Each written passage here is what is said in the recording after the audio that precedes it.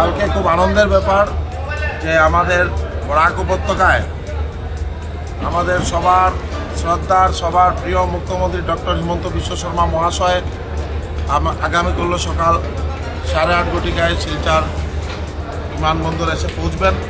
তারপর ওইখান থেকে সোজা চলে আসবেন আমাদের রামকৃষ্ণনগর, যে মহিলা উদ্যমিতা এই প্রকল্পের আমাদের দিদিদেরকে মাদেরকে মাননীয় মুখ্যমন্ত্রী নিজের হাতে 10,000 টাকার চেক নিজের হাতে তুলে দেবেন।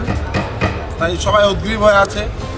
আমাদের বিশেষ করে ভারতীয় জনতা পার্টির প্রত্যেক কার্যকর্তা বা সব মারা দিদিরা খুব আনন্দের মধ্যে যে কালকে সকালবেলা আসবেন আমাদের সবার প্রাণের মুখ্যমন্ত্রী, ওনার সঙ্গে সাক্ষাৎ করার একটা সুযোগ হবে।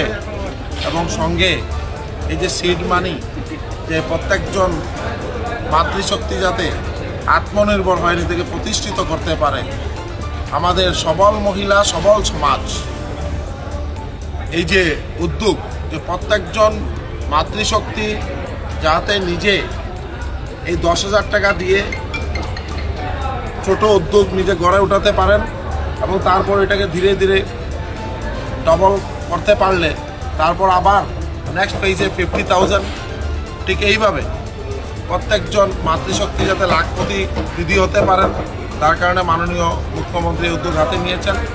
তাই আমরা সবাই খুব উৎসুক হয়ে আছি।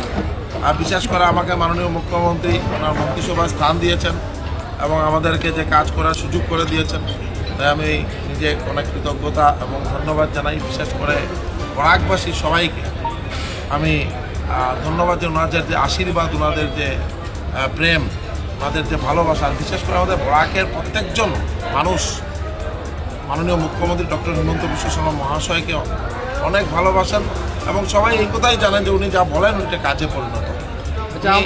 বিশেষ করে মুখ্যমন্ত্রী হিসাবে আসীন হওয়ার পর আপনারা দেখবেন বরাকের communication sector, health sector, education sector, প্রত্যেকটা সেক্টর একটা খুব দ্রুত গতিতে ডেভেলপমেন্টের একটা চরম শিখরে গিয়ে পৌঁছার ব্যবস্থায় অগ্রগতি লাভ করছে।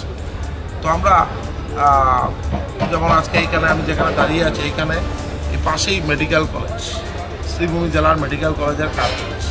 প্রায় 30-40% কাজ প্রায় সম্পন্ন হয়েছে এবং আগামী 1 থেকে 1.5 বছরের মধ্যে আমরা আরেকটা নতুন মেডিকেল কলেজ আমরা এখানে পাওয়ার একদম দৌড় এসে পৌঁছেছি। আজকে এইভাবে মাননীয় মুখ্যমন্ত্রী মহোদয়ের যে উদ্যোগ, যে আসামে 2029-এর ভিতরে 29টি জেলায় যাতে মেডিকেল কলেজ গড়ে ওঠে, এই যে হেলথ সেক্টরে এই যে একটা আমূল পরিবর্তন, আজকে প্রত্যেকজন ব্যক্তি সুস্থ থাকার জন্য মাননীয় মুখ্যমন্ত্রী মহোদয়ের যে উদ্যোগ, ঠিক সেইভাবে এডুকেশন সেক্টর, চা বাগান এলাকায় আজকে আপনারা দেখবেন যে মডেল হাই স্কুল, কলেজ, যাতে চা বাগান এলাকা হোক, বস্তি এলাকা হোক, প্রত্যেক এলাকার ছাত্রছাত্রীরা ভালোভাবে পড়াশোনা করে নিজে প্রতিষ্ঠিত হতে পারে।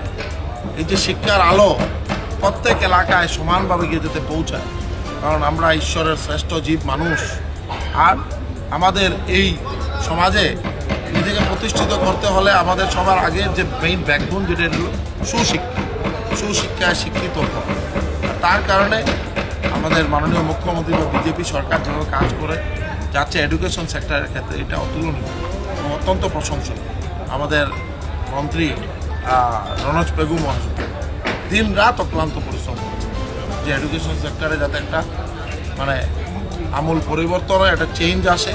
আর প্রত্যেক এলাকায়, চা বাগান এলাকা হোক, বস্তি এলাকা হোক, প্রত্যেক এলাকায় যাতে ভালো স্কুল, মডেল স্কুল গড়ে ওঠে, যাতে CBSE কোর্স যাতে আমরা এই স্কুলে পরিবেশিত হয়, সবাই যাতে CBSE স্ট্যান্ডার্ডে পড়াশোনা করতে পারে। তার কারণে মাননীয় মুখ্যমন্ত্রীর এই প্রয়াস। সবাইকে আজকে শুভেচ্ছা, অভিনন্দন জানাবো। আগামী কাল এই প্রোগ্রামটা সাফল্যমণ্ডিত করার জন্য সবাইকে আহ্বান করছি, সবাই আসুন এবং সবাই এই প্রোগ্রামটা যাতে সুন্দর এবং সাফল্যমণ্ডিত, তার জন্য সবাই যাতে প্রয়াস করুন। আমার একটা প্রশ্ন রয়েছে, আপনারা সবাই